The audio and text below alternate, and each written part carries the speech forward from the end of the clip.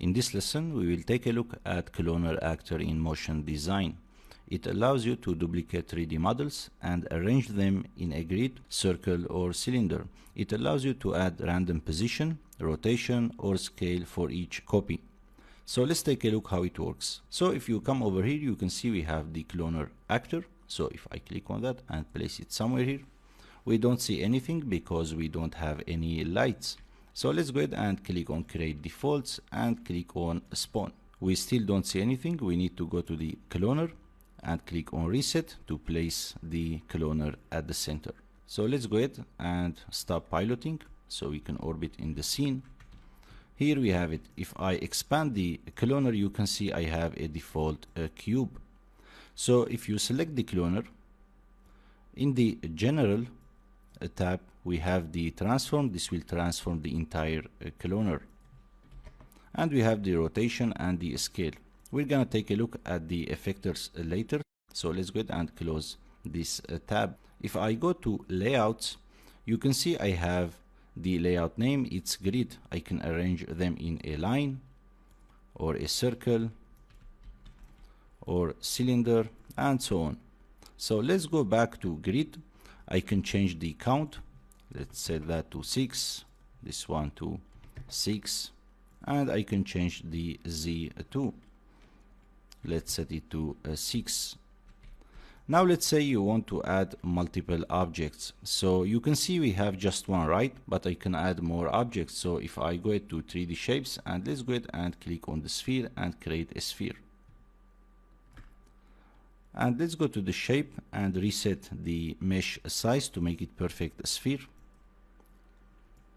And let's make it maybe 80, or let's set it to 100. And now if I drag the sphere under the clone, not under the cube, under the clone, so now we have the clone and we have the cubes together. And as you see, they are placed uniformly, so we can randomize that by going to the cloner. And if you go to the render, you can see we have the mesh render mode. So if I set that to random, now they are placed randomly. And you can add more. For example, I can add a cone and I can drag it under the cloner, and here we have it too. So let's go ahead and delete the clone and the sphere, and let's leave the cube. So let's go back to the layouts, and if you come here in the spacing, you can see we have the space X, Y, Z, so I can increase the space between the objects on Y or Z.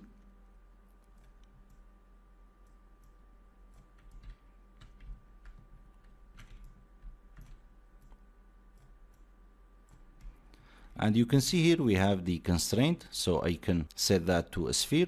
So basically this will create the sphere and delete everything outside the sphere. And if I go ahead and increase that, you will notice that clearly here. So you can see everything outside the sphere is deleted, and I can change that to a cylinder, and I can change that to a texture. I have a texture here, so let's go ahead and bring it. Let's go to content browser. I have the Unreal Engine logo, so if I click on that, you can see I have the white and black, so everything in the black will be deleted. So let's go ahead and open the texture constraint, and now if I drag that to the texture, you can see we have the Unreal Engine logo, and as you see, it's not visible clearly because the cubes are very big. So let's go ahead and change the scale of the cube. Let's go ahead and lock the scale, and I'm gonna change the scale maybe to 0.25. And now if I go to cloner and increase the count, maybe this one to, let's say 30 by 30, and this one let's leave it to maybe 10. This is the height. So here we have the logo. We can decrease the spacing between them like that.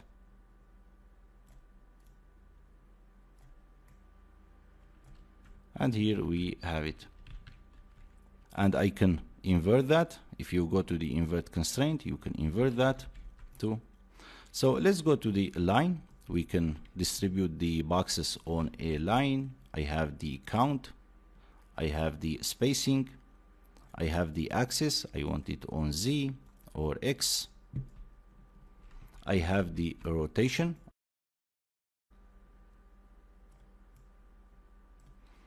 and we have the circle. Let's go ahead and increase the count from here, maybe to 30. I have the radius of the sphere, and all of these can be animated.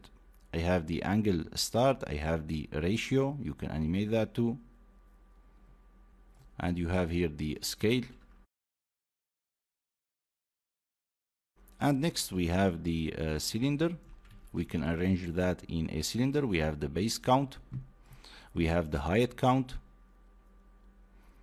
we have the height of the cylinder. This will offset the objects or the cubes. We have the radius, this will offset it, and we have the same options here. We have the angle ratio, and we have the orient mesh. Basically this will disable the mesh orientation. As you see, we don't have any orientation. If I increase that, the orientation is the same.